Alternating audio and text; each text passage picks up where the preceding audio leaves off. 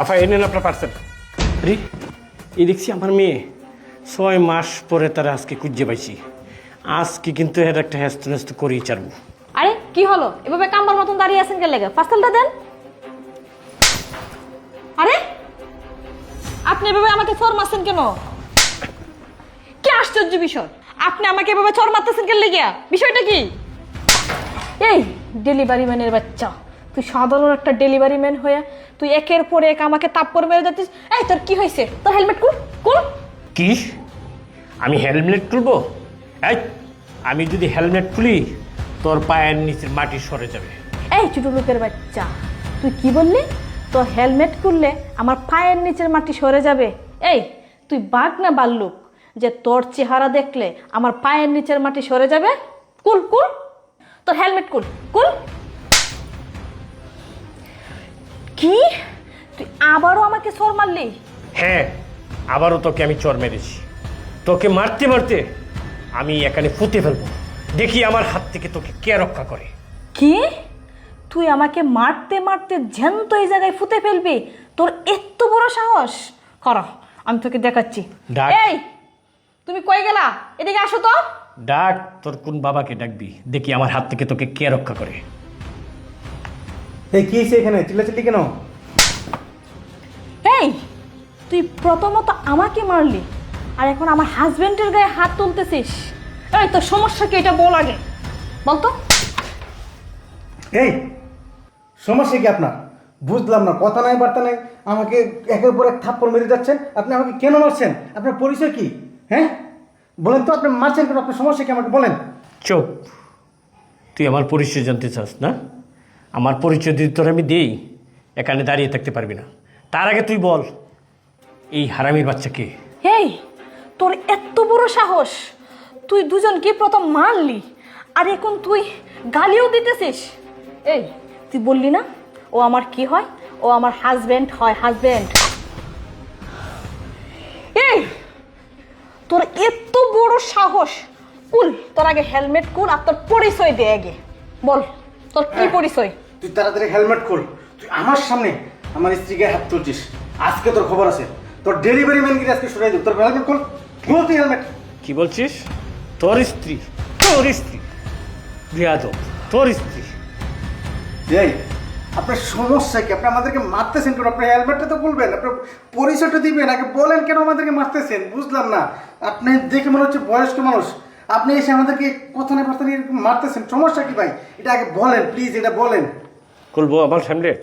হ্যাঁ তুই হেলমেট কুল, আমি দেখতে চাই তুই কে যে আমাদেরকে এভাবে গালিগালাজ করতেছিস আর একের পর এক চর মারতেছিস। কুল কুল তোর হেলমেট কুল। ঠিক আছে, দেখ আমি কে। আরে তুমি ওনাকে দেখে ভয় পেয়ে কেন? উনি কে? বল, কথা বলছো না কেন? উনি কে? বল আমি কে? উনি উনি আমার বাবা হয়। এই উনি তোমার বাবা হয় মানে? তুমি না কি বলতেছো? তুমি না বললা তোমার বাবা মা এই পৃথিবীতে কেউ পাইছে না, তোমার আত্মীয় স্বজন বলতে কেউ নাই, তাহলে উনি তোমার বাবা কোত্থেকে আসলো এখন? এর জন্য তুই বলি এতক্ষণ ধরে উনি আমাকে কেন মারতেছে? তোমার সমস্যা কি? তুমি কেন আমার সঙ্গে মিথ্যা কথা বলছা? আঙ্কেল শুনেন, শুনেন আঙ্কেল শুনেন, এটা একটা ভদ্রলোকের বাড়ি, এখানে আমরা গালাগালি না করে, একটু চিল্লাচাল্লি না করে একটু ভিতরে আসেন, একটু বসে কথা বলি। আসলে বিষয়টাকে আমি একটু জানি। আসেন ভিতরে আসেন। জানতে চাও? আসেন ভিতরে আসেন, একটু ভিতরে আসেন। ঠিক আছে চলো, বলছি আমি। দেন ব্যাগটা আমার কাছে দিন, এটা এখানে রাখেন, হেলমেটটা। আসেন আসেন আসেন, এখানে বসেন। আচ্ছা বলেন তো বিষয়টা কি? ও আমাকে বলছে ওর এই পৃথিবীতে কেউ নাই, একদম অসহায়, কিচ্ছু নাই, এই কারণে আমি ওকে বিয়ে করছি। আচ্ছা এখন আপনি এসে বলতেছেন যে আপনি ওর বাবা, একের পর এক আমাদেরকে মারলেন, এক ঘটনাটা একটু বলবেন আমার, একটু শুনি। শোনো বাবা, ঘটনাটা খুব আশ্চর্যজনক। আসলে কি বলবো তোমাকে, আমি বলতে পারতেছি না। ও হচ্ছে আমার মেয়ে। আমি এক প্রবাসী ছেলের কাছে ওকে বিয়ে দিয়েছিলাম। ওর স্বামী প্রবাসে থাকে, সেখান থেকে প্রতি মাসে লক্ষ লক্ষ টাকা ওর অ্যাকাউন্টে পাঠিয়েছে। কি করছে জানো? এই 2 বছরের সমস্ত টাকা ও আত্মসাৎ করছে, কিন্তু নাম বিক্রি করছে আমার। এখন এই টাকা নিয়ে সে তোমার বিয়ে করছে। আমি জানি না ওর টাকাটা তোমার হাতে আছে না ওর হাতে আছে, এটা কিন্তু আমি জানি না।